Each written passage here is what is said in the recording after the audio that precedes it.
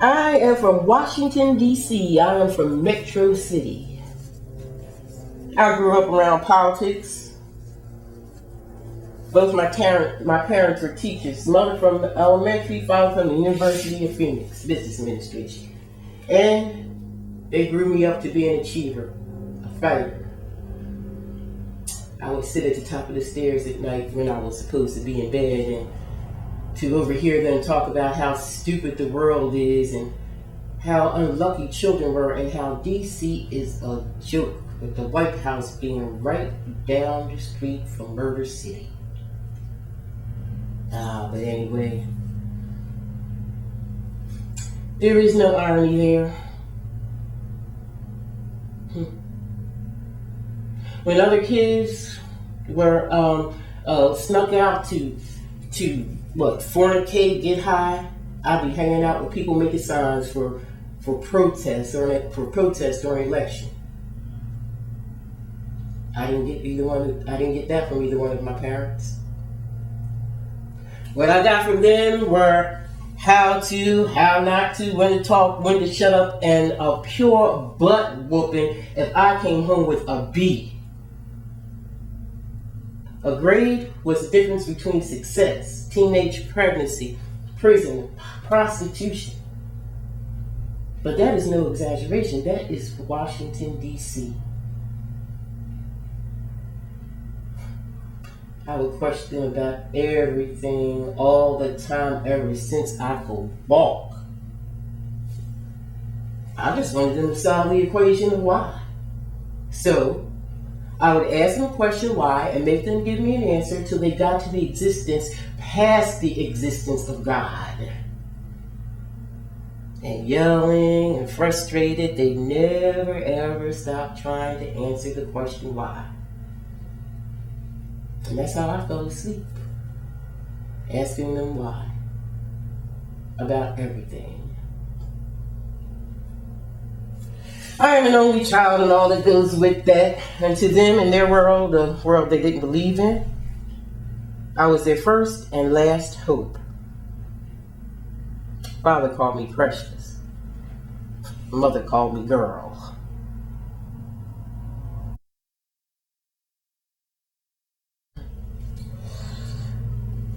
We were married straight out of American U, where we studied together, joined the Diplomatic Corps together, traveled the world together, inseparable. We were very much in love, invincible.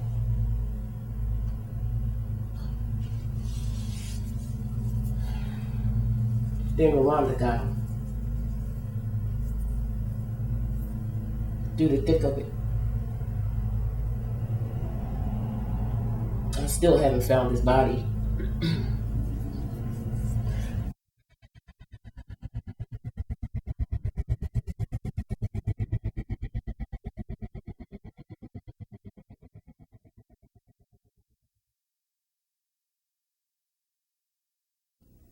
Mission. Duty is more the word. Be not fooled. Members of a diplomatic team must tout disciplines rooted in despotism and tyranny. Duty versus mission. So, my job is to do one thing to get you to do one thing, and the so-called compromise is my giving my opponent or comrade enough room to run around the barn until he reaches my consensus. Like now. I'm running around the barn for you. And I am deliberately not answering your question because it is too direct for the position you're in versus the one I'm in. Your story, my journey. So, for such an insolent and rude question, I will answer with a question, thus teach you the game. Why do you want to know my mission?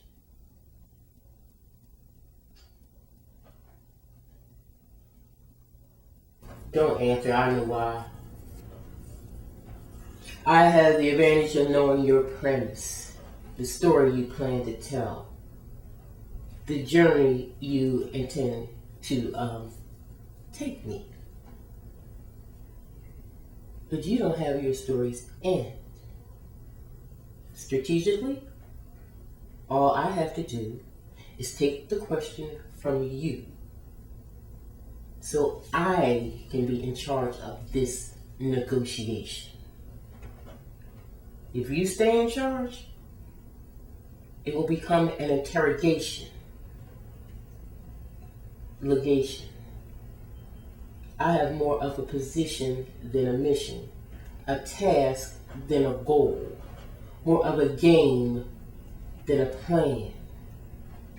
Cockfights, blackjack, upper level chess match. Street level, me, poker. My face has the words. My eyes are Machiavelli. My body is locked. But I'm a willow, not an oak, but I can bend. Roberta Flack. One day, I'm a whore for the CIA, on loan for foreign offices. The next day, I'm a liaison at a checkpoint, telling the enemy who to let in.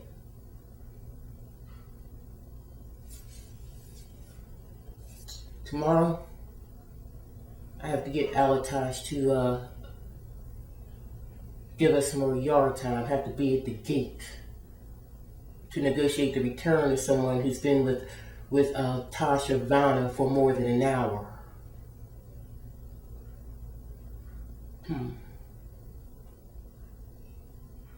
I have to sort of see what's up with them, so before the group encounters them, I have to find a way to get them back in, because more than 3 hostages in the same space constitutes a government, some sort of society.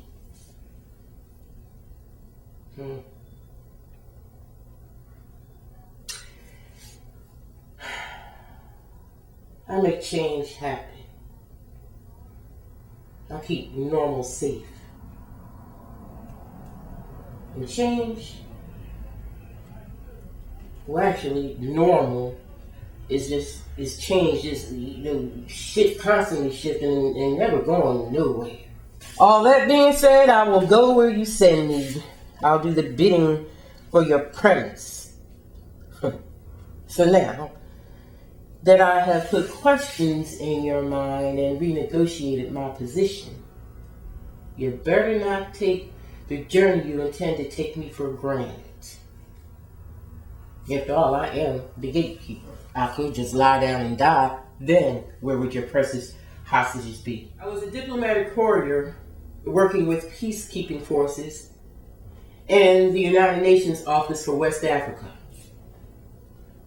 In some cases, diplomats work as liaisons for certain intelligence agencies, and I'm not going to mention which one. And sometimes in such cases, in the best dress of a cheap espionage drama, we don't exist. If for some reason something goes awry, no one is looking for me.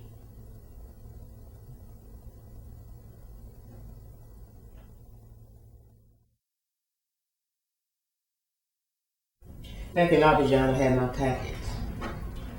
Diplomatic couriers are sent with packets. Could be an envelope, could be a tank.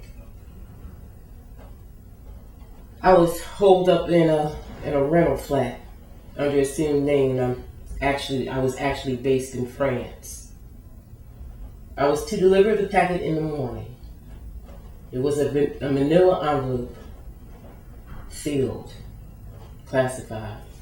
I did not know what was in it. I didn't want to know what was in it. So, nothing better to do but sip warm domestic beer and wait until the morning to pass it off. I didn't even turn on the lights. Dark. It's soothing. And I was exhausted, having survived a circuitous trip from France to Algiers, Mali, Burkina, Guinea. Spec opted out somewhere, well, in a speedboat off of the Gulf of Guinea. No toilet seats to be found nowhere. She knocks on my door. This shabby woman calls herself Alitash. Now, I specialize in names. I ask myself a question. What is an Ethiopian woman whose name means, may I never lose you, may I always find you, my precious, be in the west coast of Africa knocking at my door? Please, madame, I have a message for you from the consulate, she says. I open the door, check to see no one behind her, let her in. And as I turn to shut the door, I scream. The room is full with ninja dressed hoodies. They're about to swarm me, and Alitash raises her hand, and immediately they sit lotus, bow their heads and freeze. Alitash comes to me. She's more elegant out of the shadows. Come with me, she says. I have work for you to do. I glare at the packet. She says, go on and get it. Take it with you. There's whatever is in it. It is no cure for havoc, which is Africa, she says. I grab the packet and I tell her, I can't come with you. And the ninja lotus rise like a flower blooming. You should watch the door. You should watch the room, not the door, she says. Next thing a thud. Then the den. I'm sprawled out on the floor in front of the rest of the hostages, just holding on to that packet for dear life. It was still sealed. I didn't open it. I haven't opened it. Never will. And I watched the room. And I opened the door.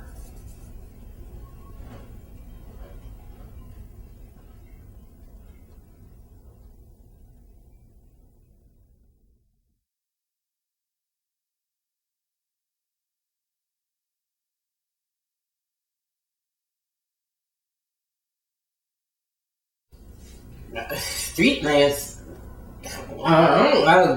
Dancing in the Rain, Route 66. It's a Wonderful World, Katrina. Secret Love. Infrastructure. Power. A luxury for most. Street lamps.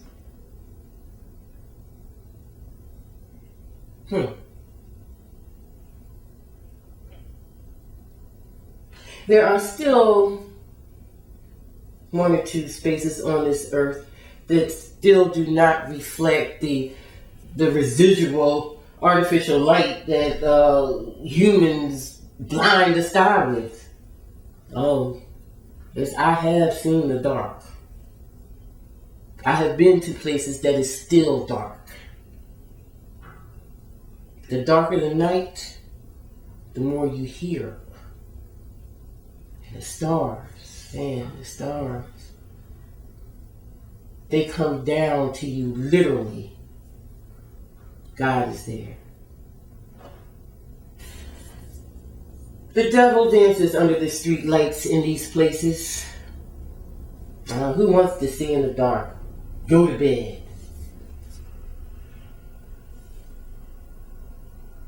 Curfew. Yeah. Lampposts are curfew. You don't have to go to bed, but you can't stay here or we'll shoot you. You never seen street lamps as bright as when under the state of emergency, the whole city is a stadium and everybody is an alien. And these are the places they send me.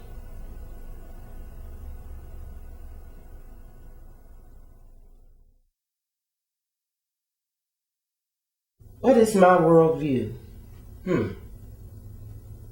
Well, you get in a car, it looks like a cab. And it's in a long line with other cars with half tracks putting 50 cows at passers by. And when we move, we become a fast caterpillar right in close quarters. And fast.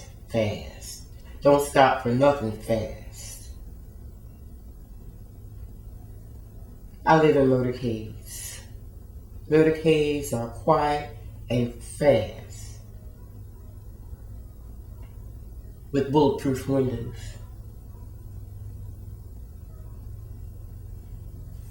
You can look through the windows, but that's all you can do, and watch.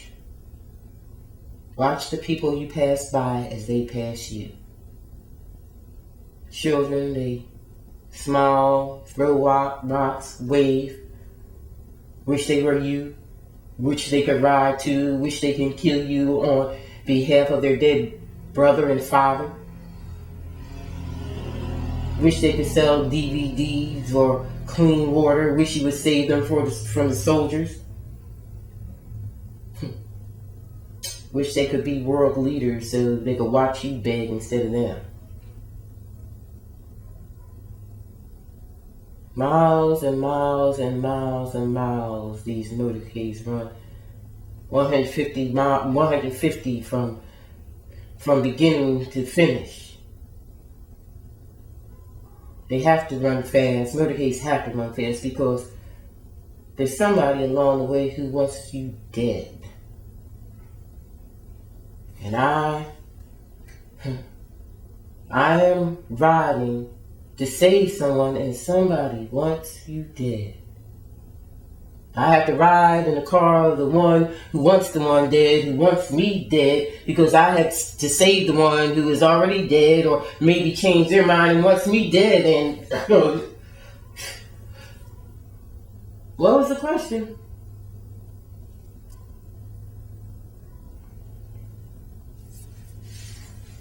And some of the kids, they don't want anything. They just lie in the street, fresh dead. 50 cows. Got nervous, shot a kid, killed him. I see a lot of that. I have been in a different country every 2 years for the past 30 years, and for each and every one of those 2 years, I have been in many different places in between.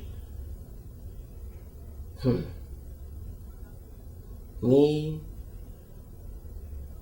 and my packet. Secret missions. Motorcades, hostels. My worldview? Fast.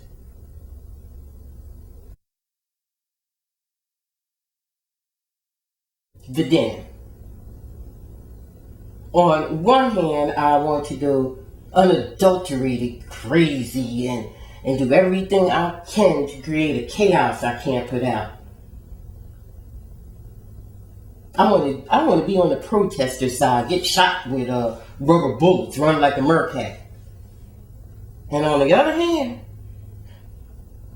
I would just love for everybody, the hostages, Vanna, Alitash, just to shut up, and do exactly what I say, and do it exactly how I say it with no question. Just once, just one time. Yeah. Whoa.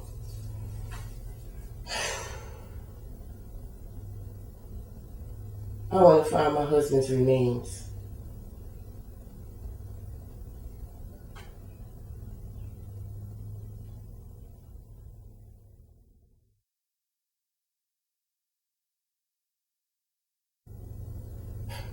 My secret. That's my secret. Now, if I told it, it wouldn't be a secret now, would it? I gamble. Sometimes shanty towns. Russian roulette with guns. I play Russian roulette.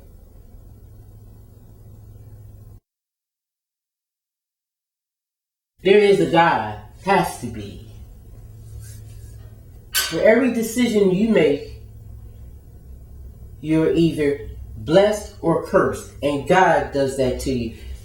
There is a God, or else there be no faith. No faith, no hope. No hope, no negotiation. No negotiation, no words. No words, only spirits. Only spirits. There is a God.